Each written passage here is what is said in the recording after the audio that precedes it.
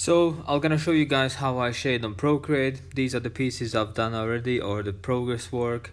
But yeah, this is literally answering Zoe's question how I shade on Procreate. So I'm gonna show you the way I do, and it's just my experience and my way of doing so.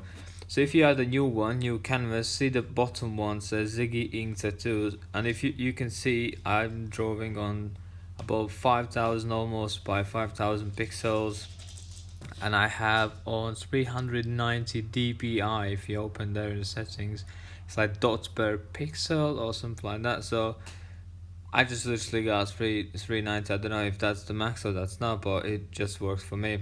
So you open that one, and then what we're gonna do, I think the easiest way for me to explain how I shade is if I go back to the one you watched the video basically.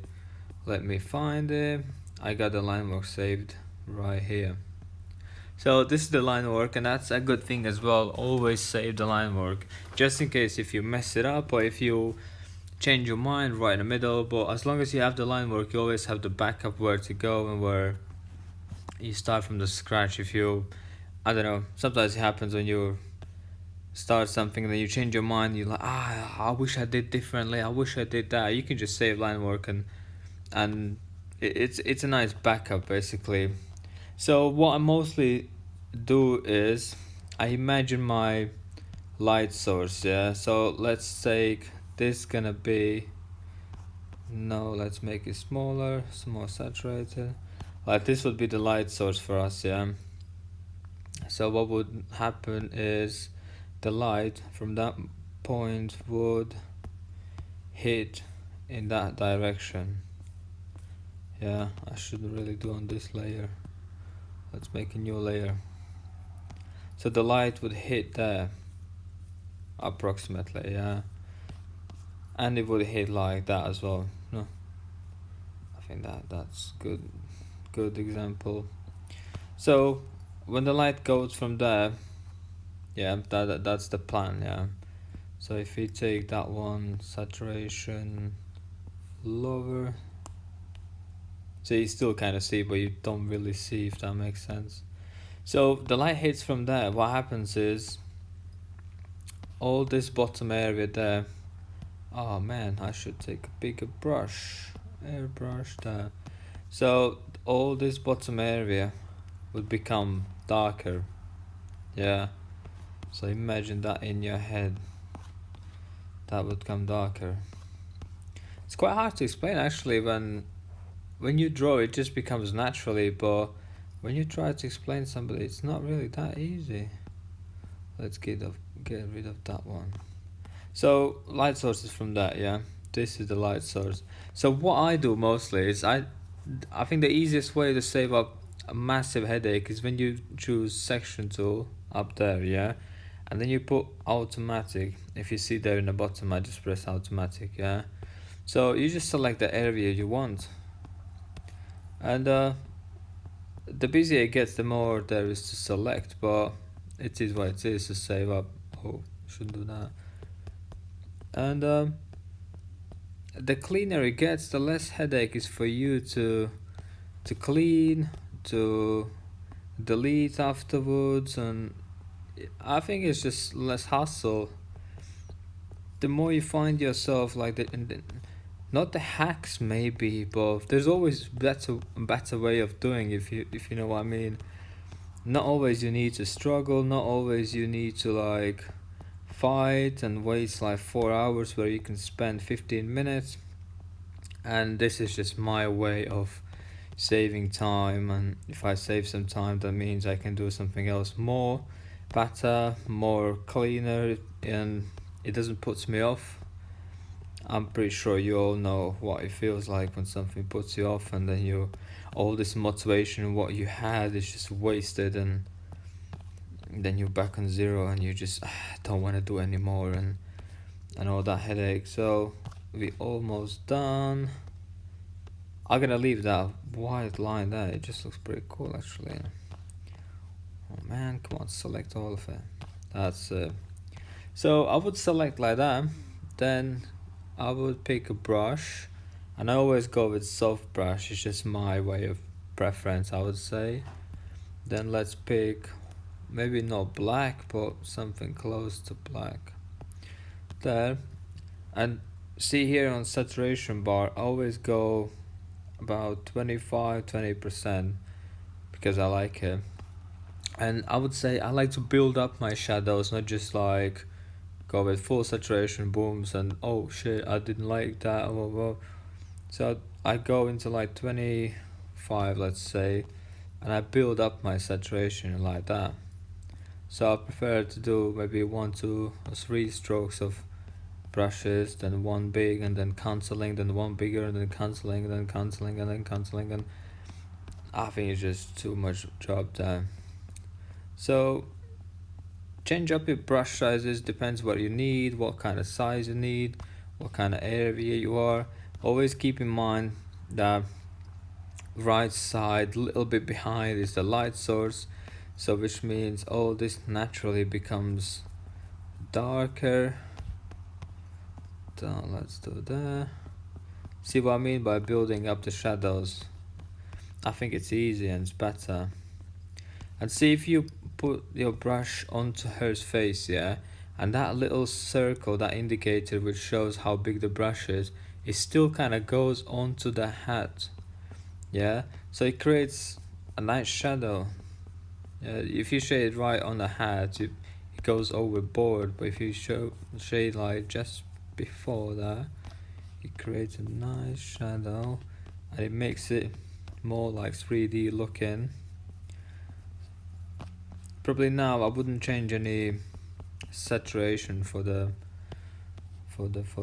brush. Just keep adding this one till you feel like this tone would be good enough. That's good. I would go bigger brush now, less saturation, and do this area because the hat is kind of black, but you don't want to make it black at the same time it can't be white. So there, then we go saturation, let's make it a bit darker, and that's where you add those darker areas where you got like proper shadow hitting. See down here I missed a little area, but don't worry about that. As long for this video we don't really need focus on that. That's alright. I don't get frustrated on those little areas like that. Oh, maybe bigger. That's better.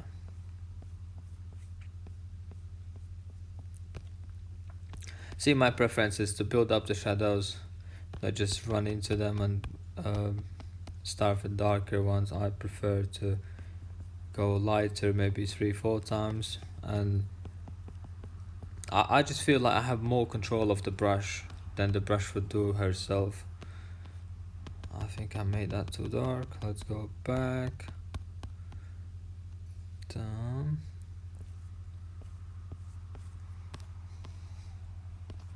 That doesn't look right, but I think you know what I mean by shading. The way I shade down. That's cool. Right, let's switch off. So let me explain. Let's change to inking, and studio pen is my lining pen, my favorite one. So if the light hits from there, yeah, this one, that area there, naturally becomes the lightest area. But always remember, on this area you got this light reflection from, imagine if the light passed there and came out here and then it hit something like a wall or something there, and then the light came back. That's what you call reflection, or I think that's the name for it. And that is what you always keep in mind. Yeah, there's always this light what came back. Yeah, the light comes, it hits, and it comes and it hits that. Yeah, always keep that in mind. So what you have is, you have this area lightest, then you got the darkest area, and then you got this light reflection there from other lights. And mostly what should really by theory, I don't know how to say that, there should be the one darkest area from where the shadows would go that way. It would be like a almost cut edge, one clean, like almost the darkest one you ever had, and then it faded that way, yeah. It went like gradually faded down into this kind of tone, but I don't get frustrated now. I'm not gonna do anything of that. So that's there. Let's get rid of that one. What else? What else? What else mostly like to do is see down here, yeah. So imagine if the light, we're still on that layer. If the light comes from there, yeah, it hits this horn. Yeah. So it hits the horn and it creates the shadow on this part of the snake. Approximately there. Because you block the sun. Because the horn is in front of the snake. So it block the sun. So what I mostly do is, get me off, let's go back to that layer. So I create imaginary shadow or some kind of shadow, what explains to your eyes that this horn, the part of the horn, this one, is in front of this area there. Yeah.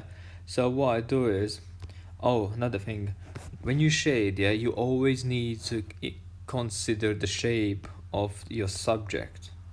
So for example, on this snake you really can see where would the scales kind of go, what shape would the snake take. Yeah, imagine this is like see-through lines or something like that. I don't know how you call it, but yeah, imagine that is the shape. It goes that way, yeah. It bends where basically this area is. There's one going that way and there's another part going that way. This is like the bend line there.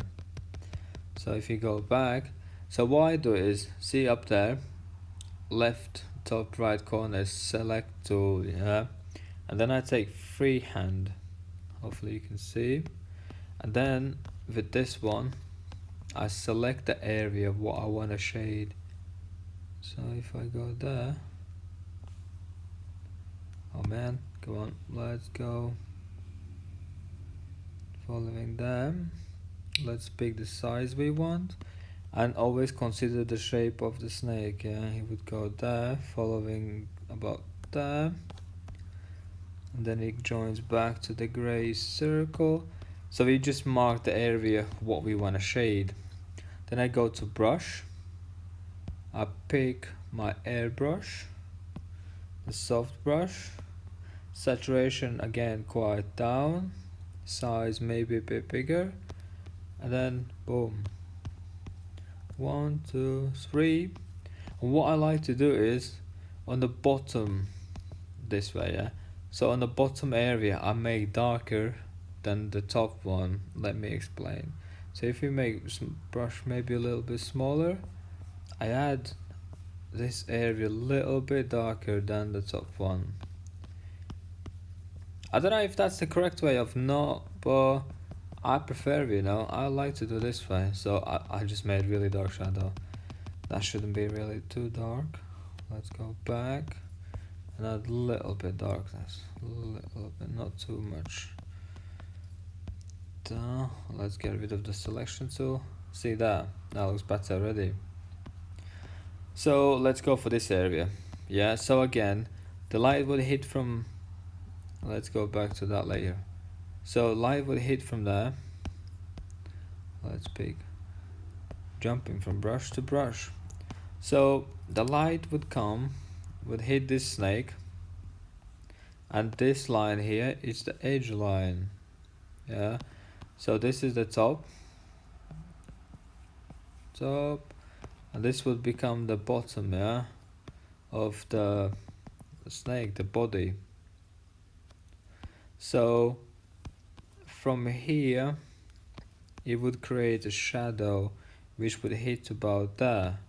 Yeah, this would block the sun.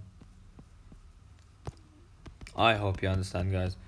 So what would happen is there would be quite darker shadow on this part of the body, as the snake on this area would block it.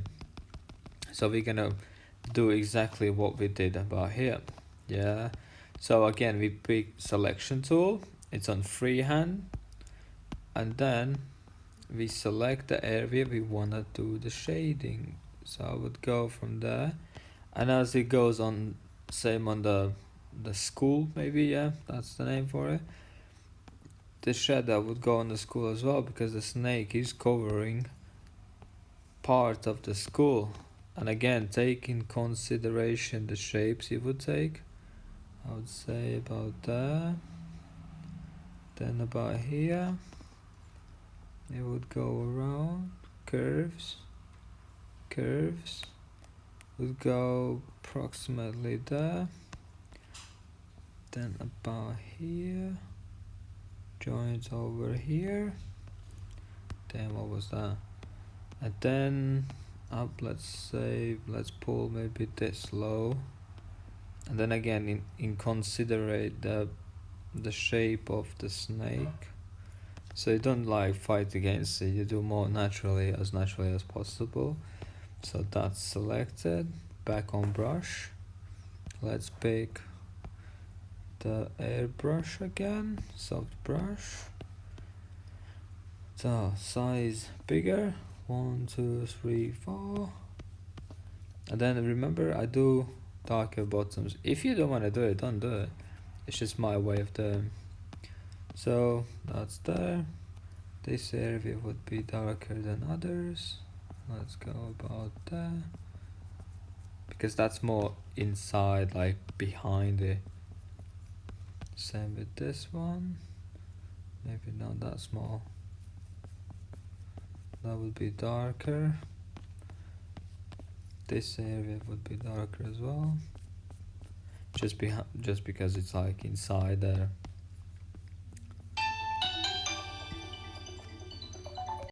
So, and the same we're gonna do in this little area there, so let's make it a little bit darker because that's more inside, yeah.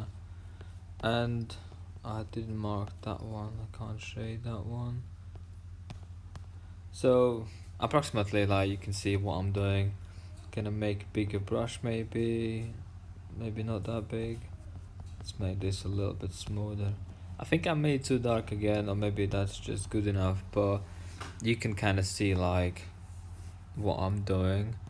So let's do what we can do now, maybe the snake part, yeah. So let's select, let's put automatic, yeah, select, oh damn. Oh, we're on the wrong layer, that's the problem. Oh, that's not good. Let's put that one merge down, so we're back on this layer, yeah. Sometimes I do that all the time, to be honest. Drawing on the wrong layers, and then end of the day you realize you did so much work on the wrong layer. That's a horror story, innit? That's painful to see. So boom boom boom, select. I would probably, these little holes I would do in different color, but for this purpose of video I'm gonna select them and shade them as they would be part of that. Let's select, that's a weird one. Let's so that area is selected, that would be the shadow area, the area where sun doesn't really reach. So we go on brush again, soft brush, cool, maybe bigger size to cover more the area, so 1 2 few strokes, and then I would make again a little bit darker the edge where the sun would hit, down approximately there. And I would probably make this little corner darker, so again showing this part of the school is more in the front, and the snake is like wrapping behind it, lying to your eyes, and at the same time explaining a lot more better than it would do without. So I think I made too dark again, but you can see what I mean, yeah. So let's go on that layer, this layer, and let's pick brush we need, inking, yeah. No, it didn't pick. Come on. So the light hits from there, hits this surface, but it doesn't get to this one, yeah.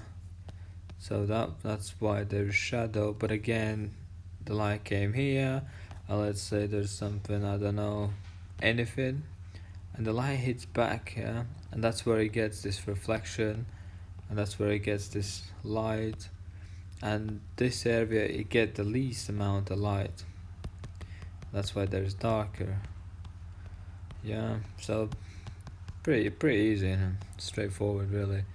There's not really a hard, don't know. All this is quite easy, I would say. Once you get it, you just like straightforward. You always use it, and it becomes like second nature. And there's nothing you can like and worry about. So let's do this one quick. Select. Oops. There. I don't know why I did those circles. Let's go there. So I would do. I just. Oh man, these brushes are headache actually. And then I would make that part of the snake darker than this front one, yeah, this big one, just because it's behind it, yeah. So again, it just explains the eyes better that that's behind it and this is the front. If we go selection, let's select this bottom area.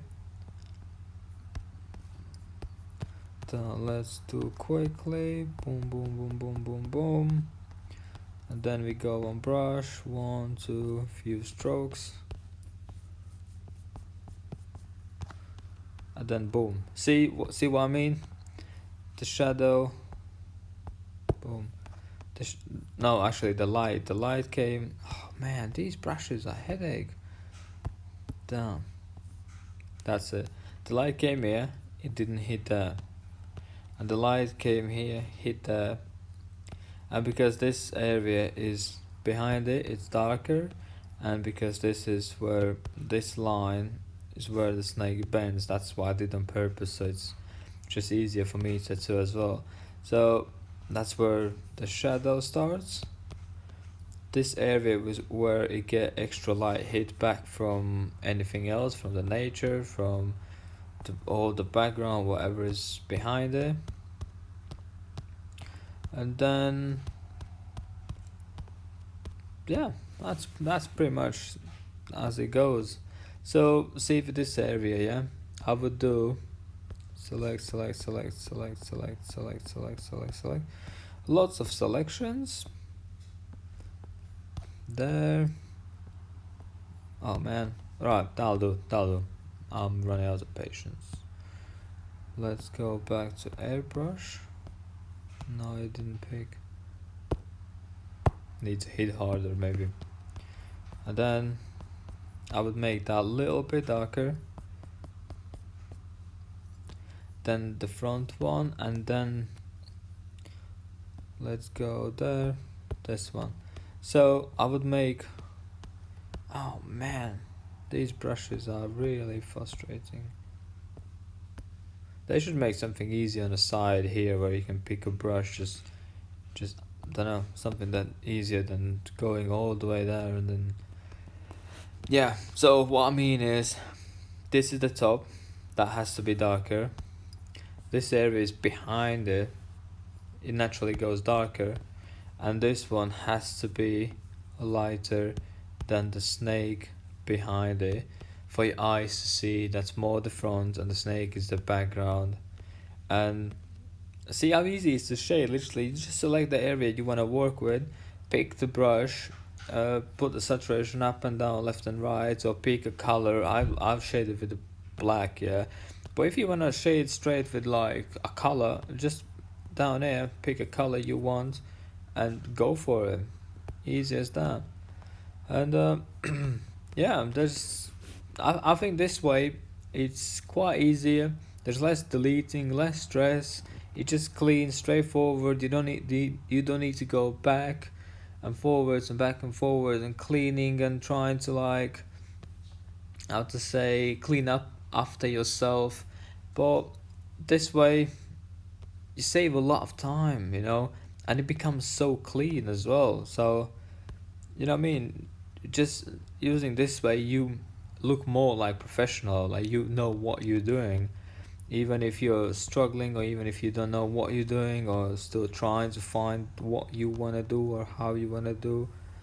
But this way, it's just straightforward, that easy, that simple. I just gonna do real quick down here just because I want it.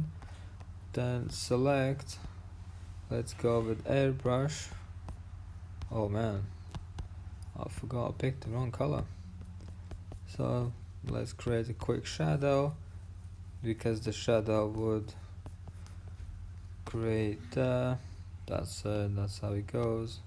Actually, I did wrong, I should do more down here as well, but oh well. And let's do select, automatic. I'm in the wrong layer again, man. Oh man. Let's go to the right layer, select. Let's select this one. Let's create another shadow area. Of course, the more you're gonna work with, the more tricks you're gonna find, the more details you're gonna add, the more different kind of shadows you're gonna put in, and it's just matter of time when you're gonna be really good, and maybe one day you're gonna be teaching me how to shade correctly because I'm doing the wrong way, or what I mean. It's just whatever you find your way. There's no right or wrong, and it's just different. There's no wrong way of doing work. It's just different way of doing work. So once this is selected, you pick a brush, you go maybe bigger size because you need a bigger area. You cover that, make it as dark as that would be here, this area. Yeah. And then I would shade this little area just about a fraction darker than the bottom. So this would be darker than this area. Little bit darker here because it goes behind the school, and I want you to see that it goes behind the school and it comes out from there. So a little bit darker here. And if you want, you can shade a little bit darker the bottoms. See, about here ish. If you want, that's again different way of doing. So it just shows like the middle is the highlight. It like shows more curved body, more like circle-ish, tube-ish. Don't know the name for it, but you can see the difference, how that looks different to this one. And again, there's no right or wrong, it's just different way of doing. As long as you have the lightest area and you have the darkest there, and it's for your eyes, it's to easy pick what is what. It's just straightforward. See, we just did this in like a few minutes and me talking, but if I would do just focusing more with shading, I would be like pretty much finished just because I shade this way. So let's pick the horn. Yeah, horn is which one? Maybe the big one, because the horn is more, how to say, circle shape, more curved. So I would do select, automatic. There's a lot to select, but that's how it goes. I don't want to delete anything, so I'm more happy to select than go back and forwards with deleting. I know some people they do like big areas and then they delete and then they paint over it, but it's not for me. It's something what English people call OCD, but I don't have OCD. I like to make my life easier, where somebody else could be frustrating, fighting against whatever he created. I'd rather have peaceful mind and get the job done nice, straightforward, and it makes your life better. Less wrinkles when you're old, less grey hair. So that's selected. Let's try to get this one and maybe this one as well. So that's selected. make sure the brush is, yes, it's soft brush, saturation is quite down, and yeah, I don't know what color I want the horns to be, how dark, but not probably too dark, but not too light. Remember, like, it's circle way of shape, so it would let me go on this layer, pen, inking. So the light would come, yeah, because I'm selected, but anyway, it would come, it would hit there, yeah, and the light reflects like sideways. This area it wouldn't touch because it didn't reach, the light didn't reach that area, but the bottom one, this area, is where the light came back from other source. Yeah, so let's go, we are back on here. If we go airbrushing, so the top will stay quite light, and the middle, oh man, come on, airbrush, back on brush, the middle area would be where it would be the more darkness again. This is one of those shapes where there is kind of this specific, oh man, I made so big, where it's more like clean cut, where the dark starts, if that makes sense. I'll show you basically.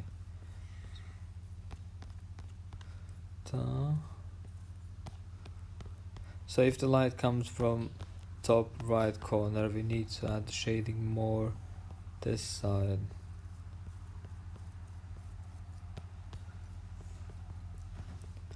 That's where it goes in.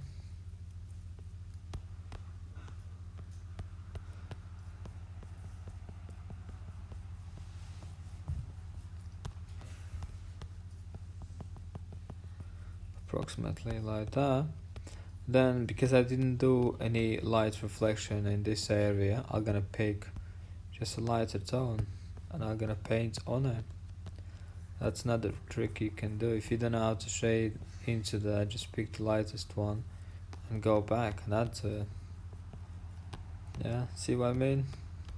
You just create the light reflection, maybe a bit bigger so it's a bit smoother, and add a little bit of light reflection there, and voila. See how easy was that? Just few minutes, few brush strokes left and forward, and that's about it. And yeah, you can play around. So if you go brush, maybe inking, this one, drawing, don't know what that means. I know what that means, but anyway. So we can go add like little details, little particles, little scratches, or anything, you can go wild to make it more realistic, or make it more, don't know. That doesn't look realistic. That doesn't look realistic at all. So yeah, this is the way I shade basically. I think I try to cover the most what I do, but this is pretty much what I do. It's quite easy, quite straightforward. Always keep in mind the light source, yeah, always, like my light source today was, let's go bigger, this kind of way, but at the same time you can create light from there, you can create light from the top, from the bottom, whatever you want, really, whatever you want. And as long as you understand how light creates the shadows and how shadows create light and how it affects, always taking in consideration the shapes, yeah, I think that's one of the tricks I learned to do, is add the line work, what explains to your eyes the shape it makes, if that makes sense. So if you just follow that one, that would be just circles, circles, circles. If you would like see through, yeah, see how easy that is. Because I think that's one of the things I've learned is how to add these lines to create an imaginary shape explanation. I don't know how to put that in words, to be honest, but the same reason I put the scales on the purpose, so you can see how it bends, what shape it would make. And one is easier for you to shade. Second, it's easier for your eyes to explain the image. It explains the how it wraps and how it turns and how it flips and all this stuff. And that's it. That's pretty much all I do. If I would carry on doing this piece as I just shaded, I would just make it more 3D. Then if you want, you just add all the shading on separate layer, then you get rid of the line work and then carry on shading. Then it just becomes like realism art. But because I'm more neo-traditional guy, I like to keep those bold lines, and I could easily make bold ones boldest than they are. And yeah, so I hope really you took a lot from it. I think this one explained the most what I do. If I'm gonna change my mind and I'm gonna be shading different in the future, I'm probably gonna update and I'm gonna make a new video and new explanation. And the same reason as I shade here, I do same on a paper, yeah. So this one is just digital on a Procreate, but if I would draw on a paper, I would have the same rules, the same way, the same logic behind all I do. I always got the shadows, I always got these drop shadows, I think that's how you call them, I don't know. But yeah, it's pretty much all I do. Even on a paper, even that would be painting on the wall, painting on the shoes, painting on a t-shirt, street art, whatever that is, I would go and follow this kind of strategic. Sometimes I do over exaggerate stuff just so it like screams more, explains a bit more, it doesn't look so flat. And the more depth you can get, the better. And if you tattoo or you do airbrushing or you do something where it kind of disappears in the future, you know, when you tattoo it looks bright in the day or bright in the next month, but a few years later, yeah, if you don't have that contrast, if you don't have the real separation from black to white or white from black or color from a color, if you don't have that extra contrast, that extra one push harder, one tone darker than it should be, it's gonna look flat. It's not gonna be good looking, it's not gonna hold really good. And I would say if you, the same reason when you see like airbrushing cars and stuff like that, when people paint them, they do exactly the same thing. They got blacks and they have whites, and then the image stands out from miles away. And the same you do on the skin, or the same you do on a paper. You create this high contrast image where you got blacks. Like it's not blacks, but it's darker than it's supposed to be. And then you got lighter lights where it's almost too light to be real, but keeping that there, it just screams a lot more. So the same like this one, it wouldn't be right in real life, it would never make a line like that. But keeping that line there, it really separates the top layer of the hat and the bottom layer of the hat, and making this maybe even darker, it would show you that it's bending more, it's more underneath, and your eyes just wouldn't ask any questions. The same reason this shading here, it looks too dark, to be honest, but I like it because it more explains more where the shadow really is, and your eyes wouldn't just ask the questions, it would just take as it was just a dark horn, you know, it is what it is. And keeping these factors in your mind, it's just gonna help you. If you wanna rewatch my videos few times, just so it stays in your head, stays in your memory, or have my video next to your work, and then when you draw, then listen what I'm saying, and then like copy that into your own work, and try that to yourself. And if you're gonna try a few times, you're gonna get better, and then you're gonna be same level as I am, or maybe one day you're gonna be teaching me how to do and stuff like that. So thank you very much, guys. And if you got more questions, more anything you want to know, just ask me, you know. That's why I'm here. Like I don't do it YouTube for like fame or anything like that. I got a tattoo career and I'm focusing more there, building my name up in that kind of area. But YouTube is more of me sharing my information because I have it. I've been drawing for like years on a paper, and I've been drawing on t-shirts with markers, on the shoes, and wallpapings, on work agencies. I've been painting in kindergartens, and I've won some awards. Just a lot of stuff, a lot of stuff. So whatever it is, just ask. Just literally ask, and I'll make a video for you. And you can feel cool that I mentioned your name. Like, this is for Zoe because she asked me to make it. I'll make for her. So you can feel kind of cool that someone on YouTube makes videos specific for her, so, or for him, or you know what I mean. So yeah, take care, guys, and see you next video. Next video will be soon, so look after. Yeah, take care, guys. Done. Let's go here. Let's stop recording. 3, 2, 1.